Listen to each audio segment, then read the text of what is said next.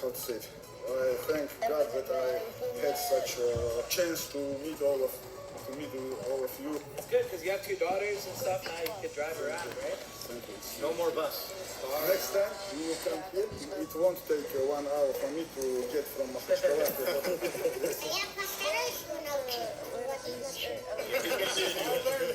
to deeply in my heart, really. You touch my heart. Great meeting you too. It's been a great trip.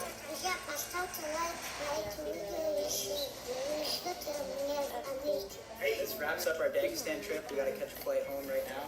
This was seriously, I think, the most amazing trip maybe we've ever done, man. Dagestan has the nicest people on the planet, the most welcoming. They took care of us like nothing I've ever experienced before. So there's a lot going around in the world right now. A lot of people said don't come. I think it's cool how we all come together and pretty crazy. Lots of tea. Yeah, if you guys are new here, subscribe.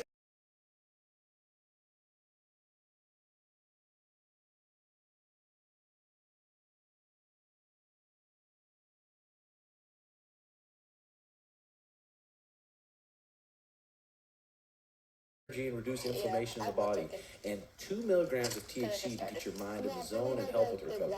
An awesome watermelon punch flavor. We guarantee you have never tried edibles of this quality before. Click the link in the description to buy these, or go to viahemp.com and look for the Elevate Timbo Sugar Show gummies. Again, that's viahemp, VIAHEMP.com. Buy our Elevate gummies and make sure you use code capital TMS for 10% off and a free sample as you order. Beautiful gummies. Thank you very much. The episode 225. Welcome back. We have our very special guests, our friends Kyle and our boy Steiny. Yeah, simple. Let's get right into whatever we're Before we say, how did Steiny sneak on this episode? I fuck with Steiny. I like, you know what, I like some of my favorite shits when you and Brad go back and forth. Oh, you know what I mean? With Brad. Yeah, it's just fun. We're polar opposites. Like, yeah. I'm massive and small. Well, I lost, Bro, that makes it way more entertaining. It's crack, G. I'm okay. Thanks, Maybe one on your two. Yeah, 400 straight. That leads us into partying. Yeah, we haven't been partying fucking at all. I don't even remember the last time we... Well, you guys went to Vegas, right? Or Tim didn't go, you went. Yeah, that was the last time. Wait, when was that? That was... fuck. That's a Bryce Mitchell fight. Dubai. Oh, that's right. That was December. Oh, no, the New Year's. I went out for New Year's. Oh, with Sugar. Yeah. So no partying? No, New Year's. New Year's was the last time I partied, which really wasn't that fucking long ago, but we've been dialed in. No drinking until the next fight? Or like a little bit? Well, I wasn't gonna, and then the Super Bowl obviously is here, and I have to go to the Maxim and the Sports Illustrated party Saturday night, and the Gronk pool party, so I'm like... And the fight's on that night too, right? Yeah, and the fight, yeah. Saturday I might have to throw back. Yeah, we never want to be fucking devils on your shoulder, but up to you. If you decide, Dude, we'll be out Saturday night. Things have changed. I like when you tell us, like, I'm dialed. Yeah, I've been dialed. We've been training. Was it a weird interaction with Jamal Hill? Because you guys were kind of going back and forth, or not really at all? Well, we were beefing a little bit, but not actually beefing. Because Jamal Hill obviously beat Glover.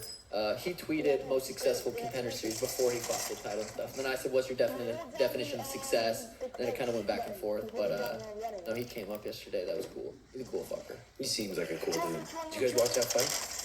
Jamal versus Glover. I think in the video. I think, was that a weird time or was that a regular time? It was pretty late. So what's good with, you had a UFC meeting, right? Yep, I talked to UFC, signed a new deal. Still just fucking waiting for Aljo and Henry. So it's like, I feel like I've been saying that for like the last year. Waiting on Aljo and Henry to fight. My next fight will be for the title. One of those guys, hopefully it's in Vegas. I feel like, we've said it before, but dude, Aljo is going to get stem cells in his elbow. And it takes like months for those stem cells to grow. So I feel like there's a good chance that they're going to call you and say, hey, you want to fight me in May.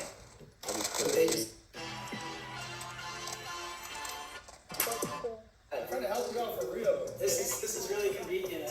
No, I said we get back-to-back pods. Oh, this is amazing. Good. What's good? It's good.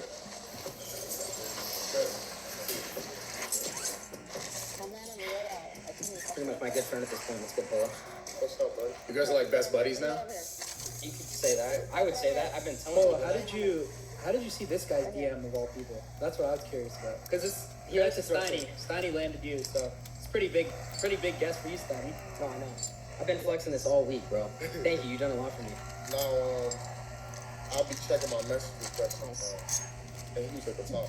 So we got lucky. That's what it sounds like. I'm not gonna lie, bro. It was like a 6 month ago thing, and then out of nowhere. Yeah, I've seen you at my gym with the trainer. Yeah. Do you train really consistently? I'm off and on. Sometimes, like, the longest I've been consistent, probably like 3 months. Do you have a specific goal? Yeah, I'm trying to, right now I'm like 165 pounds. I'm trying to be like 180 pounds. You want to gain weight? Yeah. Wait, he goes to zoo? Yeah. I'll be there. So you know this guy? Yeah, I've seen it. Yeah. You guys have ever talked before or no? Briefly in the front. Yeah. Boy, you're like, I'm gonna give him his space until I'm ready to move in with the camera. I'm not cloud chasing like that. I just say what up. Yeah. Should we get the whole squad in here too? Yeah, we gotta stop renting Airbnbs for pods, eh? Everyone just goes. It's a dope spot. Yeah, whatever. It's all good. What you say? I said, just what have you been up to? You living in LA now? Yeah, how's life? Shit, man. I've been gone for the first 4 months of the year and just moving around a lot. I've been to Paris. I was gone for my birthday. And I did some shows. I've been doing a lot of shit. Yeah, weren't you just international somewhere? Yeah, I was in Paris for Fashion Week. Oh shit. No, yeah, I got a question about this chain. Like, this is outrageous. Wait, hold on. Hold on, Hey, bro. big boy Cuban real quick. Look at this. It's a custom Cuban. It's a B-link. Okay, listen. This is So, a G-Link. hold on. When you posted it, I gotta say, listen. Have When you you seen a Cuban this big? okay, bro, you asked the key of him if you see the Cuban that big? Yeah. You think he hasn't seen the Cuban that big? Have you? Come on, bro. Yeah, I'm pretty sure. Man. He has. Okay. When you posted that, and everyone's like, "Yo, how you gonna charge it?" That's what they say. Like, what are you gonna like put it on the Is it charger? a- is it a real put on- iPhone? Yeah, it's a real iPhone. Is it like functional? Yeah. Do you use it for anything? No, just if I want to play a video, just to show off things. Fuck Okay. it. Video. Let's talk about how did that idea? What made you Yeah. do that? It really originated off of I'm a big fan of like UFC boxing and shit. So I pay close attention to like Adesanya, and I seen him with the Apple Watch chain.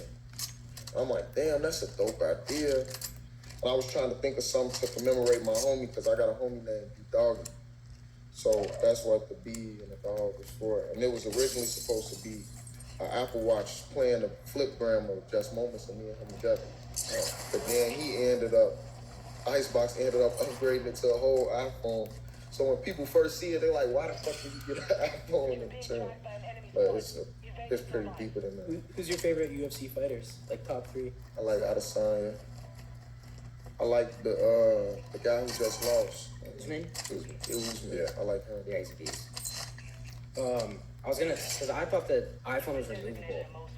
Yeah, it is. So what, you can play stuff on there, because I was worried at first, because I was like, what if hypothetically you're with your girl, and then your side girl start hitting you up, and it's displayed for everybody? Ain't no sad girl, man. Okay, well that'd be the biggest. Trying to get him caught up. What's going on That was here, the concern bro? that I had. If I was What are wearing you it, talking about? if I was wearing it, that'd be a concern. Bro, shut the You're not gonna put your trap hizzy on a chain. That'd be stupid. Come on, dude. Jesus, Okay. get it together. Let's talk about Chicago. Let's talk about where you came from. Let's talk about how you started. Like, how did you get into rap, and why did you decide it was for you? I knew how to rap since I was a kid, like a little kid, like shorty, like probably like 9. I made my first song, and I have been like rapping all the way up until I got into high school when I took it seriously. And it's really just like me finding a passion for it and me knowing that I wasn't gonna do shit up. Like, I ain't finna play basketball, I ain't finna do nothing, just rap. I was gonna ask, did you?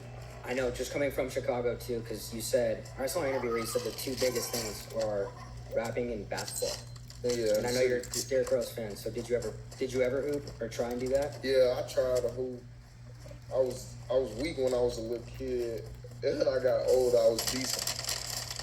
But You just knew it wasn't gonna work out. yeah, How'd you know you were good at rapping, though? Because you said you knew you were good at it. Is it someone Oh. told you, or? I always knew. I always had a lot of confidence when it came to rapping too. Like before I ever really was on the forefront with making a song, like I had a few songs that I felt that I was so good, like as far as my lyrical ability, that I tell people like I'm the best rapper from Chicago. They're like, man, hell no. And we argue all day long, and then when I actually got to a point where I got far enough, like as far as the new generation of rappers, that became an argument. Yeah. You know, and it's just me having that strong belief in myself. Do you think that it's important to have that sort of belief, to have that actual success, like to be known as one of the great rappers? You have to believe it first. Hell yeah. Hell yeah. Shit. It's easier to believe it though before it happened. It's like when you actually make it though, that's when the doubts kick in, because now you gotta keep your reputation going. Yeah. Keep it up. How hard does that get now? Now that you're like, you know, you're like kind of like at the top. How much more competitive is it now to like be the best? Now that you're like in the mix. I think it's more competitive with yourself now. Yeah, it's more competition with myself more than anything, because that's all I'm trying to do. I'm trying to outdo my last cheese. I find this really interesting with music and artists in general. It's like, do you ever feel like you get to a point where you've made, you know, so many albums and you put out so many songs that you kind of like don't want to keep recreating the same sort of content, and it gets hard to make new content, but still like your style? Yeah, there's a lot of times, there's so many songs that didn't come out because I felt like it sounded like some shit I done did before, or it'd be a lot of times where it's just like I run into a wall and feeling like I done said damn near everything I could say. Cause you be far removed away from what made you know? Absolutely. Like and I'm living a whole nother lifestyle separate than what I came up in. Yeah. So it's harder to find inspiration. Yeah, it's the same thing happens with a lot of like just content creators in general. It's like where you start is not always where you continue to go.